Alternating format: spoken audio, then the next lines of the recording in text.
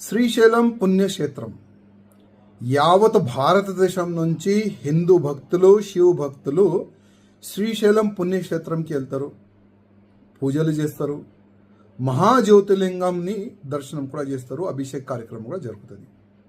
అట్లాంటి పుణ్యక్షేత్రంకి అపవిత్రం చేయడానికి ఎన్నో సంవత్సరాల నుంచి కుట్ర జరుగుతుంది.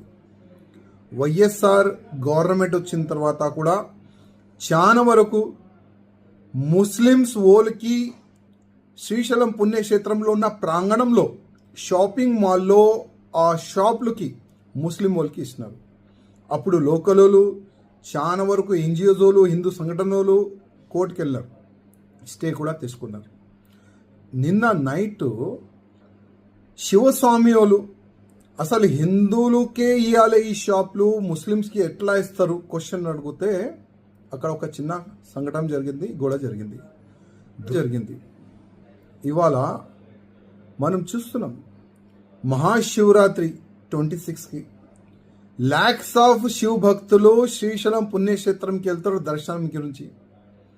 అసలు ఏం జరుగుతుంది? మేము ఎన్నో సంవత్సరాల నుంచి గతంలో ఉన్న గవర్నమెంట్కి రిక్వెస్ట్ చేసినాం, ఇప్పుడున్న గవర్నమెంట్ మా చంద్రబాబు నాయుడు గారికి రిక్వెస్ట్ చేస్తున్నాం, పవన్ కళ్యాణ్ గారికి రిక్వెస్ట్ చేస్తున్నాం, మన హిందూ పుణ్యక్షేత్రాలకి మన హిందూ గుళ్ళ దగ్గర వేరే మతమోలు అసలు ఉండకూడదు. కోర్టు కూడా చెప్తుంది, ఎండోమెంట్ లా కూడా చెప్తుంది. కానీ మా హిందూ పుణ్యక్షేత్రంలో గుడి ముందు షాప్లో ముస్లిమ్స్ వాళ్ళు హిందువుల దగ్గర షాప్ తీసుకొని అక్కడ బిజినెస్ చేస్తున్నారు. గతంలో కూడా ఇదే శ్రీశైలం పుణ్యక్షేత్రంలో ఇదే ముస్లిమ్స్ వాళ్ళు ఆవు మాంసం తీసుకొని వచ్చినారు, పట్టుకున్నారు. వేరే మాంసం తీసుకొని వస్తే కూడా వాళ్ళకి పట్టుకున్నారు, మద్యం తీసుకొని వస్తే కూడా పట్టుకున్నారు.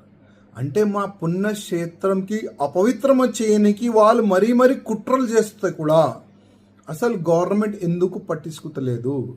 ఇవాళ నేను మరీ వాన్ చేస్తున్నా ఈవోకి కానీ పోలీసులు కానీ, మా శివ భక్తులకి ఇబ్బంది పెడితే యావత్ తెలంగాణ నుంచి ఆంధ్రప్రదేశ్ నుంచి అన్ని శివ భక్తులు శ్రీశైలం పుణ్యక్షేత్రంకి చేరుకుతారు. అక్కడున్న ఒక్క ముస్లిమ్స్ కూడా మళ్ళీ అక్కడ ఎట్లా ఉంటాడు అది మేము చూసుకుంటాం. నేను ముఖ్యమంత్రి చంద్రబాబు నాయుడు గారికి మరీ రిక్వెస్ట్ చేస్తున్నా, పవన్ కళ్యాణ్ గారికి మరీ రిక్వెస్ట్ చేస్తున్నా, మన గుళ్ళు గోపురాలు ల్యాండ్లో ఎన్ని షాపింగ్ మాల్స్ ఉన్నాయి, ఎన్ని ల్యాండ్ ఉంటుంది, అక్కడ ఇల్లులు కానీ షాపులు కానీ ఒక్క ముస్లిమ్స్ కూడా ఉండకూడదు, రూల్ని ఫాలో చేయాలని నేను మా ముఖ్యమంత్రి గారికి మరీ రిక్వెస్ట్ చేస్తున్నాను.